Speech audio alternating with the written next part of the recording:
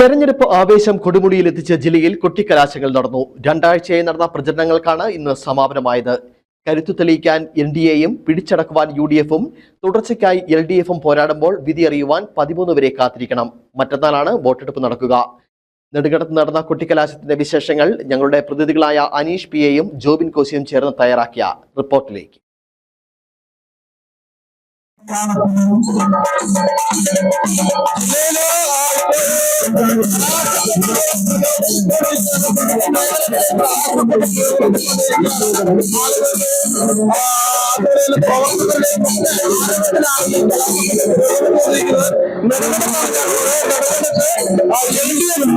കലാശത്തിന്റെ അവസാന ഭാഗമായിട്ടുള്ള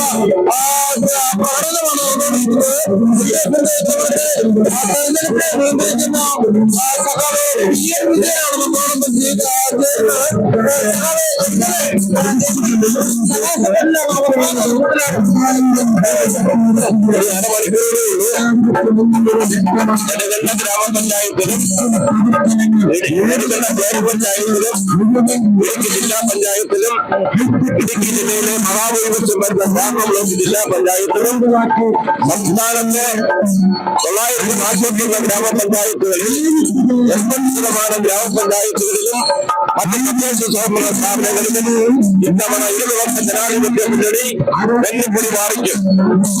9.5 വർഷം പിന്നിടുന്ന പിണറായി സർക്കാരിന്റെ ഭരണം കേരളത്തിലെ സർവഫലസ്പർശിയായ വികസനവും ക്ഷേമങ്ങളും നടത്തുന്ന അഴിമതിരഹിതമായ മതനിരപേക്ഷ ജനാധിപത്യ വ്യവസ്ഥയിൽ ഉൾക്കൊള്ളിക്കുന്ന ജനങ്ങളെ ചേർത്ത് പിടിക്കുന്ന ഘട്ടങ്ങളിൽ പക്ഷി ഉയർത്തെഴുന്നേൽക്കുന്നത് പോലെ ഉയർത്തെഴുന്നേൽക്കുന്ന ഗവൺമെന്റാണ്.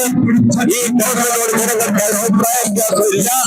അതുകൊണ്ട് തന്നെ 5 വർഷം കൊണ്ട് നെടുങ്കണ്ടം പഞ്ചായത്തിൽ 53 കോടി 90 ലക്ഷം രൂപയുടെ വികസന പ്രവർത്തനങ്ങളാണ് നടത്തിയിട്ടുള്ളത്.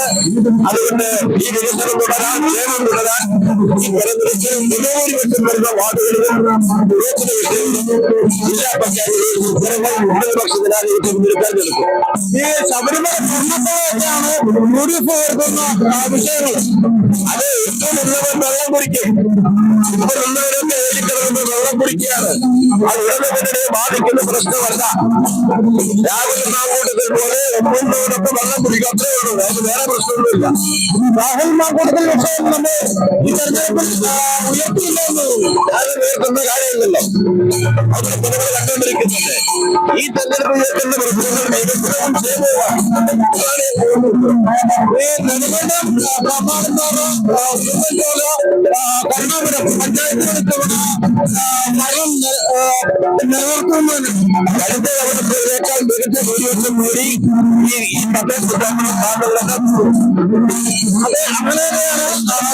അത് അങ്ങനെ പറയുന്നത് അവരെ ഭരണം നിലനിർത്തുമെന്ന് തന്നെയാണ് പറയുന്നത്. എന്താണെങ്കിലും കലാശക്കൊട്ടിലാണ് ആ നാടുള്ളത്.